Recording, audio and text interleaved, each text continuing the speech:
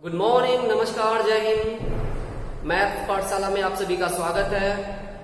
मैं विपुल राय आज आप लोगों को क्लास 9 का मैथमेटिक्स एक्सरसाइज 1.1 को स्टार्ट करूंगा।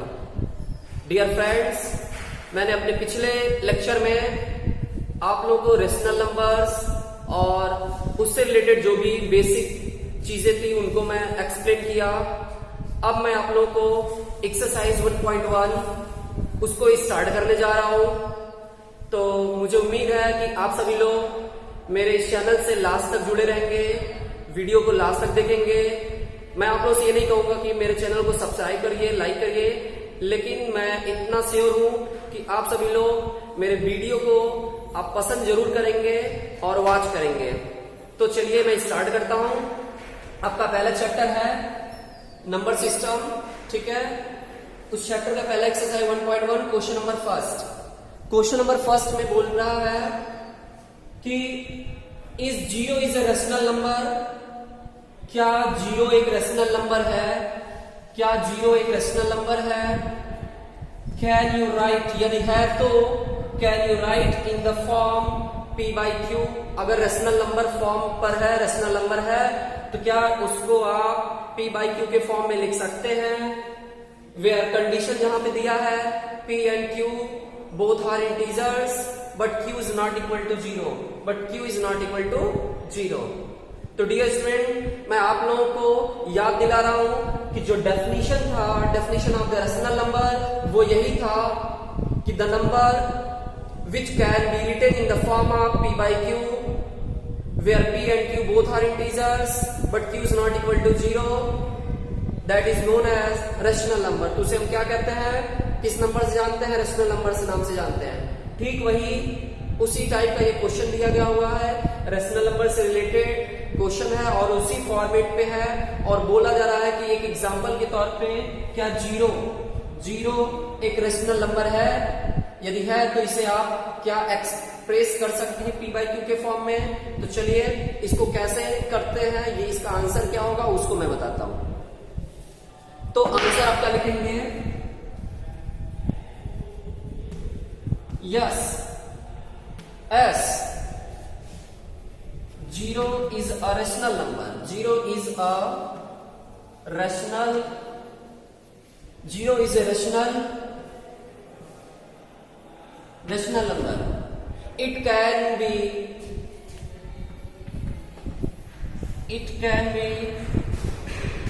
written, it can be written in the form of p by q। ये p by q के फॉर्म में लिखा जा सकता है। ओके, ये p by q के फॉर्म में लिखा जा सकता है। ठीक, फॉर एग्जाम्पल की बात करूं मैं, एग्जाम्पल 0/1, 0 by, ठीक है, तो 0/1, 0/2, 0/3 एंड सो ऑन एक्सेट्रा। ठीक है, बहुत सारे नंबर्स हो सकते हैं।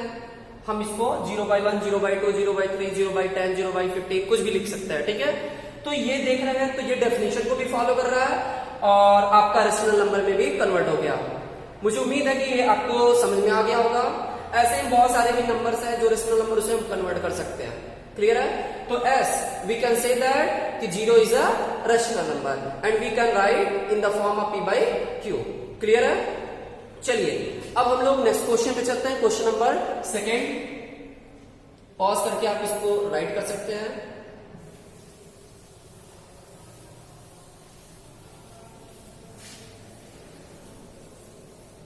क्वेश्चन नंबर 6 सेकेंड है बेटा। Question number second, find 6 rational number, find 6 rational numbers, find 6 rational numbers between 3 and 4, between 3 and 4। ये नेक्स्ट क्वेश्चन है, क्वेश्चन नंबर सेकेंड। इसको हम लोग कैसे करेंगे, ये चीज बात करते हैं। कोई डाउट, कोई प्रॉब्लम नहीं। इसको स्टार्ट करने से पहले, इसके आंसर को बताने से पहले मैं बेसिक चीजें थोड़ा सा बता रहा हूं। We know that there are infinite number between two continue number, दो कंटिन्यू नंबर और टू एनी नंबर, कोई दो कंटिन्यू नंबर हो, ठीक है, 3 4, जैसे यहाँ पे 3 के बाद 4 दिया गया है, या कोई कंटिन्यू नंबर दिया हो, या फिर एनी टू नंबर, कोई भी दो नंबर हो आपके पास, 3/4, ठीक है, 8/7, कोई भी दो नंबर दिया हो, उसके बीच में इनफाइनाइट नंबर होते हैं। कितने नंबर होते हैं? बहुत सारे नंबर होते हैं, ठीक है। ये चीज आप लोग जानते भी हैं और इसको मैं बता रहा हूं, और यहाँ पे हम लोग कैसे कैलकुलेट करेंगे वो भी मैं बता रहा हूं, आपको रूल्स बताऊंगा, उस रूल्स के अकॉर्डिंग तो हम लोग क्वेश्चंस को आसानी से क्रैक कर लेंगे।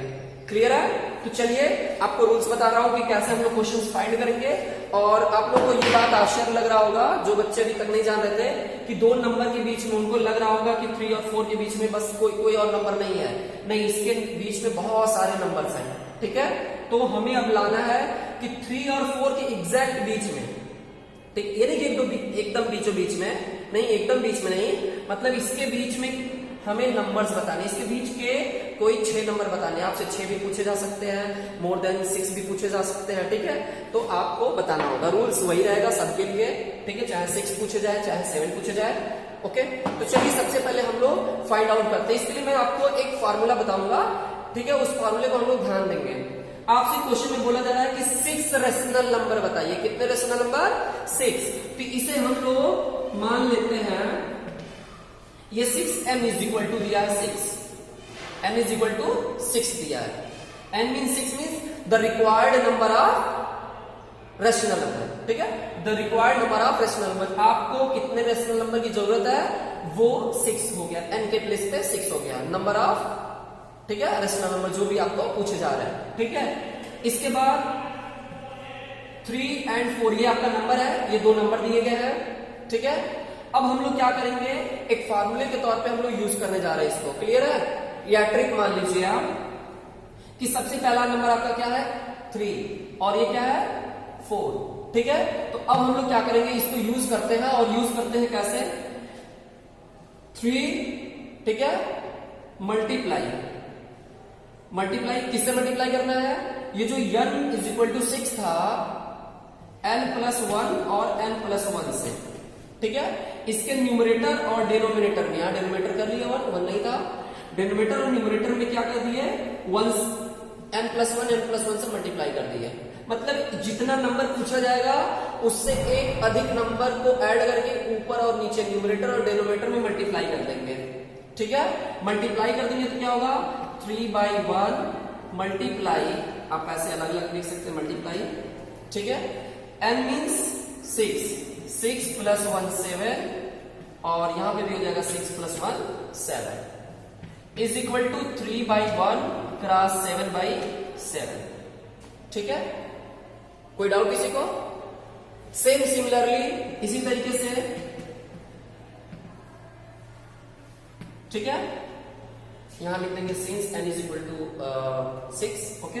सिमिलरली हमें क्या करना, 4 को लेना है, तो 4/1 मल्टीप्लाई 6 + 1 एंड 6 + 1, इसमें भी मल्टीप्लाई हो गया, और मल्टीप्लाई कर लेंगे तो हो जाएगा 4 क्रॉस 7 by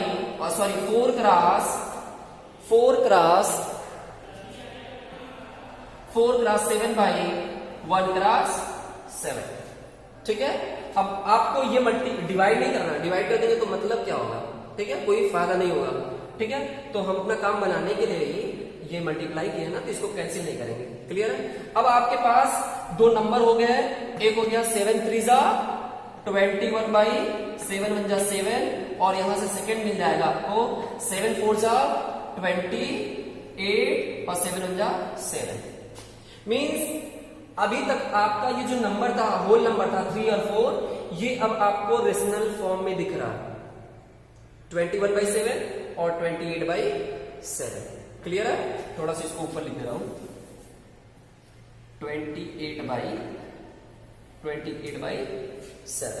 क्लियर। अब चलिए आपके आंसर को हम लोग लाते हैं। आपका आंसर अब बिल्कुल आप आसानी से कर लेंगे, ठीक है। अच्छा, एक चीज और, दूसरी बात, इसी को हम लोग, अगर आपको रेशनल नंबर ही पहले दिया रहता क्वेश्चन में, तो उसको हम लोग वहां पे एक तरीके से कहते हैं इक्विवेलेंट। इक्विवेलेंट मीन्स होता है कि जब उसके डेनोमिनेटर को इक्वल करते हैं, जब दो रेशनल नंबर के डेनोमिनेटर को इक्वल करते हैं तो उसी को कहते हैं हम लोग equivalent, forming the equivalent denominator of rational number. ठीक है, उसके भी हेल्प से कर लेते हैं, बट यहाँ पे आपका होल नंबर दिया गया है तो आपको इस तरीके से करना होगा। क्लियर है? चलिए, अब आपके पास दो नंबर हो गए 21/7 और 28/7। अब आप आसानी से रेशनल नंबर्स जो भी पूछा जा रहा है वो कर सकते हैं। ठीक है, तो चलिए करता हूं। Now 6 rational number between 6 rational numbers between 21/7 and 28/7 क्या होंगे वो?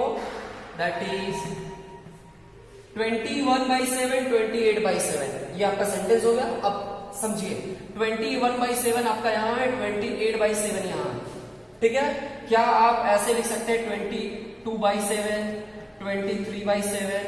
27/7? बताइए, क्या ये नंबर्स 22/7, 23/7, 24/7 से लेकर के 27/7 तक के नंबर एग्जिस्ट नहीं करेंगे? करेंगे ना, बिल्कुल। भाई 21 से लेकर के 28 के बीच के जितने भी नंबर्स होंगे वो नंबर्स इसी में एग्जिस्ट करेगा ना, तो हम लोग क्या करेंगे, वही नंबर यहां पे फाइंड आउट कर लेते हैं, यहां पे मेंशन कर लेते हैं। ठीक है, तो दैट इज क्या हो जाएगा? 22/7, 23/7, 24/7, 25/7, 26/7 एंड लास्ट 27/7।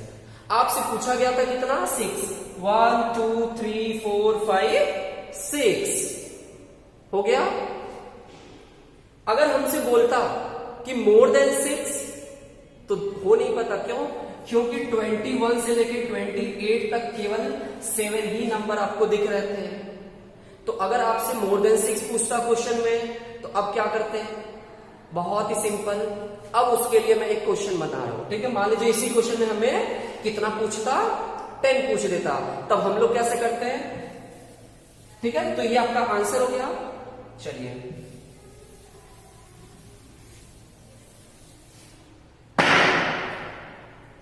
आपसे बोला गया था कि 3 और 4 के बीच में आपको 6 रेशनल नंबर फाइंड आउट करना है। क्लियर? अगर 6 ना बोल करके 10 क्वेश्चन में बोलता कि there are 10 question 10 rational number, तब हम कैसे करते हैं? तो आपने देखा कि 3 से हमने मल्टीप्लाई किया 7 और 7 मल्टीप्लाई किया ना, उसी तरीके से 4 से मल्टीप्लाई किया 7/7। ठीक, कोई डाउट? यहां तक तो सब आ गया। क्लियर? अगर आपको मोर देन 6 बोलता तो you can use any digits.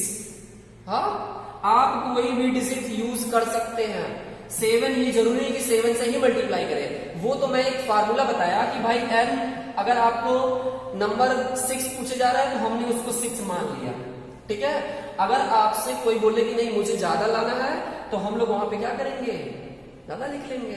ठीक है, वही कहने का मतलब n = अगर 10 अगर बोलेगा तो हम लोग n के प्लेस पे 10 कर लेंगे। क्लियर है? लेकिन अगर ऑन द स्पॉट अगर कोई आपसे पूछता है तो आप क्या करेंगे? डायरेक्ट कुछ नहीं करेंगे, इतने नंबर से मल्टीप्लाई करिए कि वो उसमें आपके सारे डिजिट्स आ जाए। तो आपने देखा कि 6 7 से हमने मल्टीप्लाई किया तो 6 नंबर एग्जिस्ट हो गए। तो चलिए हम 12 से मल्टीप्लाई कर लें। ठीक, तो 12 से मल्टीप्लाई कर लेंगे तो क्या होगा? 12 3 36 हो गया। ओके, और 12 1 12 हो गया। सेम सिमिलरली 4/11, अब इसमें मल्टीप्लाई कर दीजिए, इसमें भी 12 से मल्टीप्लाई कर दीजिए। ठीक है, डिफरेंट डिजिट से मल्टीप्लाई नहीं करेंगे, ये नहीं कि इसमें 12 से करेंगे और इसमें 13 से, ऐसा नहीं। ठीक है, तो 12 4 48 और 12 1 12। ठीक, अब आप आराम से अपने सारे नंबर्स को फाइंड आउट कर सकते हैं फ्रॉम 36 to 48। ठीक है, 37 38 39 या 40, 41, 42, 43, 44, 45, 46 एंड 47। क्लियर हो गया? कोई डाउट किसी को? देखिए इस क्वेश्चंस में अलग अलग स्टूडेंट्स अलग अलग आंसर ला सकते हैं, उनके आंसर वेरी कर सकते हैं, अलग अलग आ सकते हैं, डिफरेंट आ सकते हैं, बट इसका मतलब ये नहीं कि सभी लोगों के आंसर्स क्या है, गलत है। नहीं, ऐसा नहीं है, सबके आंसर सही हो सकते हैं। बस आपको देखना है कि उसका जो मेन वैल्यू है वो 3 और 4 के क्रॉस ना हो, उसके बीच में ही हो। क्लियर है? कोई डाउट किसी को? जैसे अभी मैंने बोला 22/7, ये नंबर क्या है? ये नंबर 21/7 मींस ये 3 के ही प्लेस पे था, और ये लास्ट था आपका 28/7। ठीक, ये किसके प्लेस पे था? ये 4 के प्लेस पे था। तो ये जो नंबर है 22/7 ये 3 और 4 के ही बीच में है। कैसे? बिल्कुल सिंपल सी बात, 7 से इसको डिवाइड करेंगे तो 7 3 जा कितना होगा? 21, कैरी 1 बचेगा, डेसिमल लगाएंगे 1 और 0 10 हो गया। 7 से फिर 10 में डिवाइड करेंगे, 7 1 7। बताइए ये नंबर 3 से बिलो तो नहीं है या फिर 4 से ग्रेटर तो नहीं है, तो ये इसके बीच में ही है ना। समझ में आ गया? बहुत अच्छी बात। मुझे उम्मीद है कि आप लोगों को ये क्वेश्चन अच्छे तरीके से समझ में आ गया होगा। मैं एक क्वेश्चन आपको बताया, आई होप कि आप इससे रिलेटेड जितने भी क्वेश्चंस होंगे सभी क्वेश्चंस को क्रैक कर सकते हैं। ओके, चलिए नेक्स्ट क्वेश्चन की तरफ हम लोग चलते हैं। नेक्स्ट क्वेश्चन क्या है आपका? वहां पे बोला जा रहा है find the 5 rational numbers between 3/5 and 4/5। ठीक है, क्वेश्चन नंबर आपका है ये 3rd। फाइंड द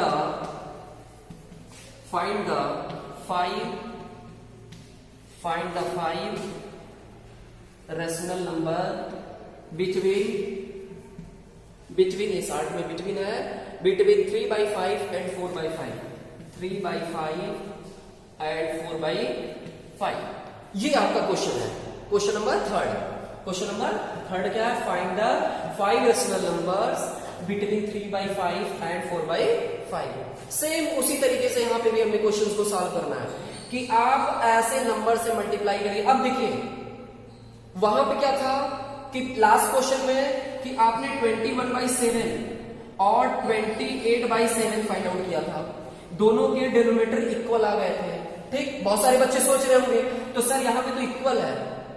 नहीं, इक्वल से मतलब नहीं है, हमें अपने नंबर्स को एक्सपेंड करना, तभी उसके बीच में आप आसानी से नंबर्स को फाइंड आउट कर सकते हैं। तो यहाँ पे 3/5 और 4/5 दिख रहा है। अब बहुत से बच्चे कहेंगे सर 3/5 और 4/5 के बीच में कोई गैप तो नहीं है, 3 के बाद डायरेक्ट 5 आ गया। ठीक है, अगर ये 3/5 और 12/5 का था तो शायद हम इसके बीच में नंबर ला देते हैं, तो कोई प्रॉब्लम नहीं। आप अपने नंबर्स को एक्सपेंड कर दीजिए, और एक्सपेंड जब हो जाएगा तो उसके अंदर आसानी से नंबर एग्जिस्ट कर सकते हैं। ठीक है, तो चलिए रूल्स वही रहेगा। आप अपने मन से कोई एक नंबर ले लीजिए और इससे इसमें क्या करिए, मल्टीप्लाई कर दीजिए, या फिर जो आपसे पूछा जा रहा है कि 5। ठीक है, ये 5 है, यानी ये n is equal to, since n is equal to कितना है, solution since n is equal to 5 है। ठीक है, तो हम लोग क्या करेंगे, पहला नंबर लेंगे। So now 3/5। ठीक है, ये 3/5 है। अब इसके न्यूमरेटर और डिनोमिनेटर में मल्टीप्लाई कर देंगे, n+1 एक इंक्रीज करके, तो क्या हो जाएगा n+1। ठीक है, मीन्स हो जाएगा आपका 3/5 और मल्टीप्लाई 5 1, n का वैल्यू 5 5 1 6/6। ठीक है, तो क्या हो जाएगा 6 3 जा 18 और 6 5 जा कितना हो गया 30 आ गया। ये आपका एक नंबर आ गया 18/30। एंड नेक्स्ट और दूसरा जो है आपका 4/5। अब इसमें भी सेम वही प्रोसेस रहेगा, 6 से मल्टीप्लाई कर देंगे 6/6 n+1 6/6, 6 4 जा 24 और ये आ गया 6 5 जा 30। आई थिंक अब 18/30 और 24/30 के बीच में आपके जो भी नंबर्स रिक्वायर्ड नंबर हैं वो नंबर्स यहां पे एग्जिस्ट कर सकते हैं। चलिए देखते हैं। सो 5 rational number 5 rational numbers between 18 by 30 and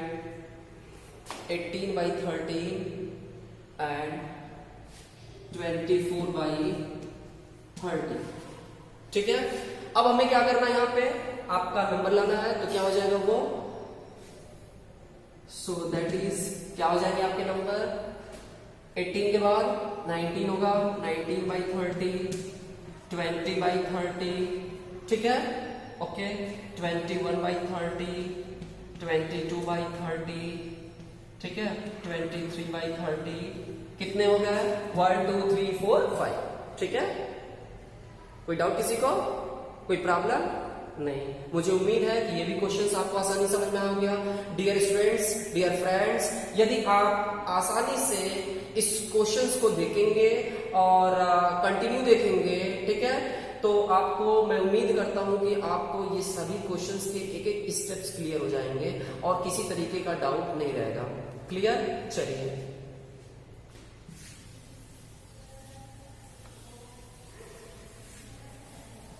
now next question is question number 4। Question number 4 किससे रिलेटेड है बेटा, क्वेश्चन नंबर 4 है कि state whether the following statements true और false, give answer and your reasons and your answer. आपको reason भी बताना है और अपने आंसर्स को सेटिस्फाई भी करना है कि ऐसा क्यों है, ट्रू है या फॉल्स है। तो पहला स्टेटमेंट है every rational number, every natural number is a whole number. पहला स्टेटमेंट है, पहला आपको ट्रू और फॉल्स बताना है और रीजन भी देना है, और आपको रीजन भी देना है कि what reason behind of it, इसके पीछे का रीजन क्या है। तो बोल रहा है कि every natural number, every natural numbers, जितने भी नेचुरल नंबर है, इज अ होल नंबर। वो क्या है, इज अ होल नंबर, ठीक है। ये चीज बताना है कि क्या ये स्टेटमेंट, ये सेंटेंस सही है, यदि सही है तो क्यों है। Every natural number is a whole number, सभी नेचुरल नंबर होल नंबर है।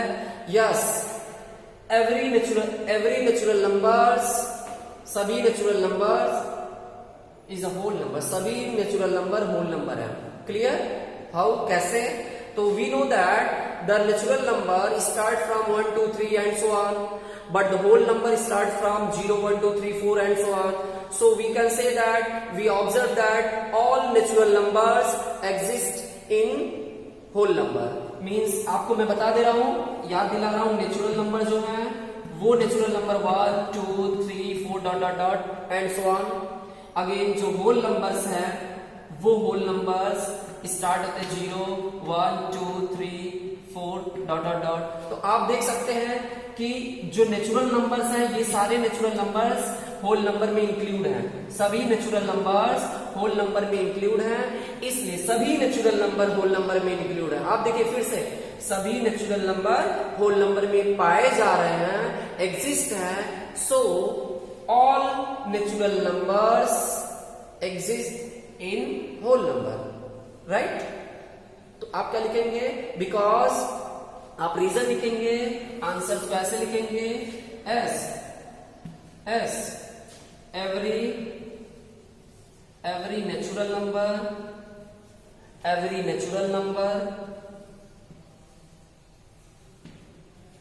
Is a whole number, is a whole number.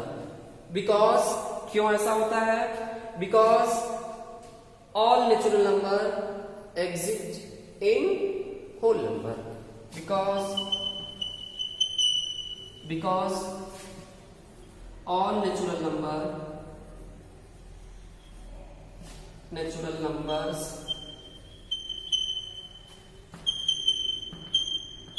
exist in whole numbers, ठीक है।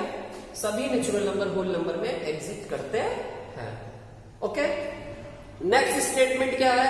Every integer is a whole number.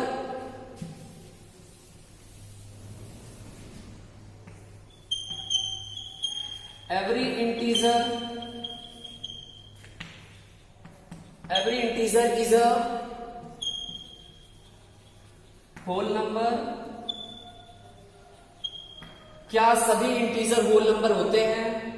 Every integer, क्या सभी integer whole number होते हैं? No. Why? Because in integer positive, negative and zero means an integer. In integers कह सकते हैं, in integers there are three parts: positive numbers, negative numbers and zero. On the other hand, in whole number only positive and zero. So we can say that ki all integers is are not a whole number. सारे integers whole number नहीं है, ठीक? तो हम लिखेंगे no every integer is not a whole number.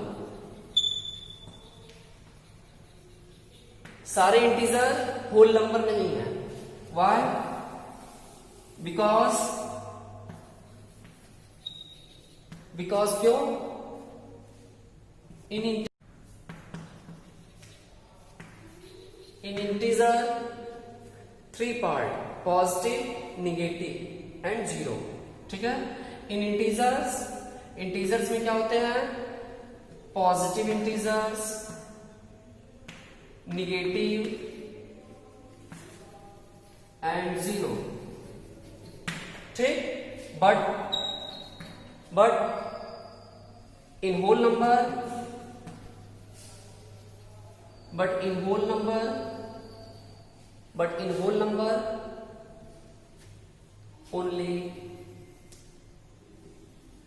only positive and zero, ठीक?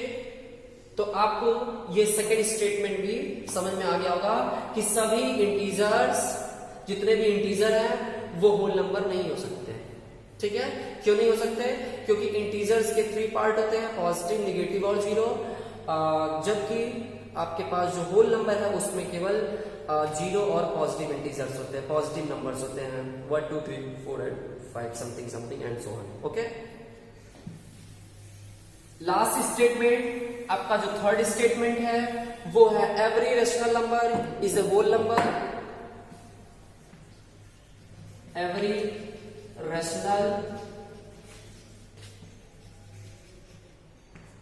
Rational number is a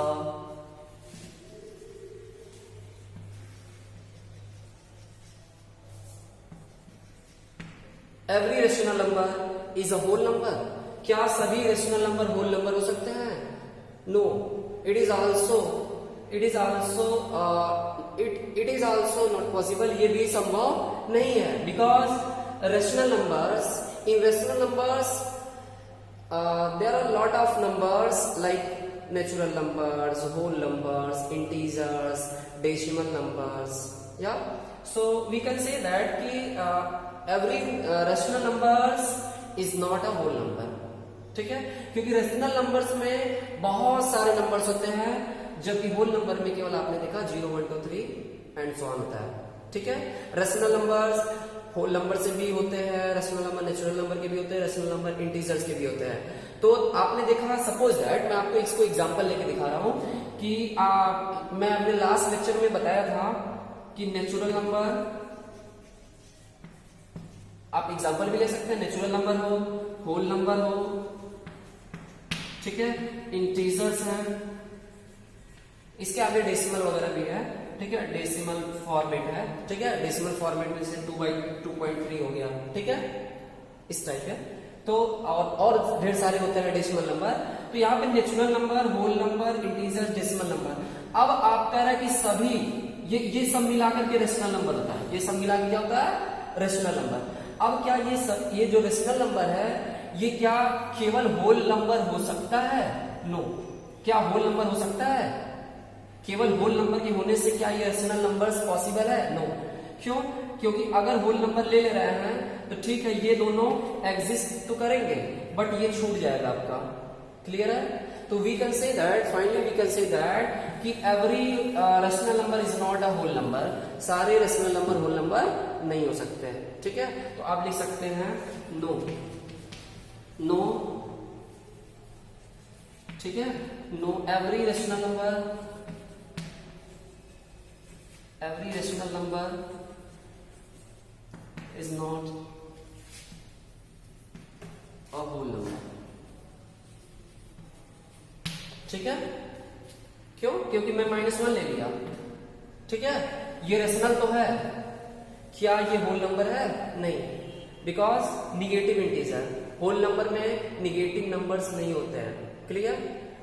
okay, तो आप लिख सकते हैं बिकॉज, सिंपल सा लिख दीजिए, एक रीजन दे दीजिए, वन रीजन कि because in whole number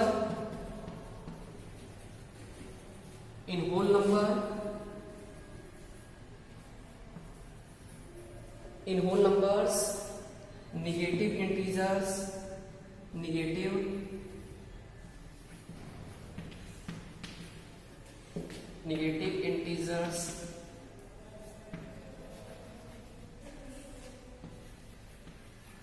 do not exist।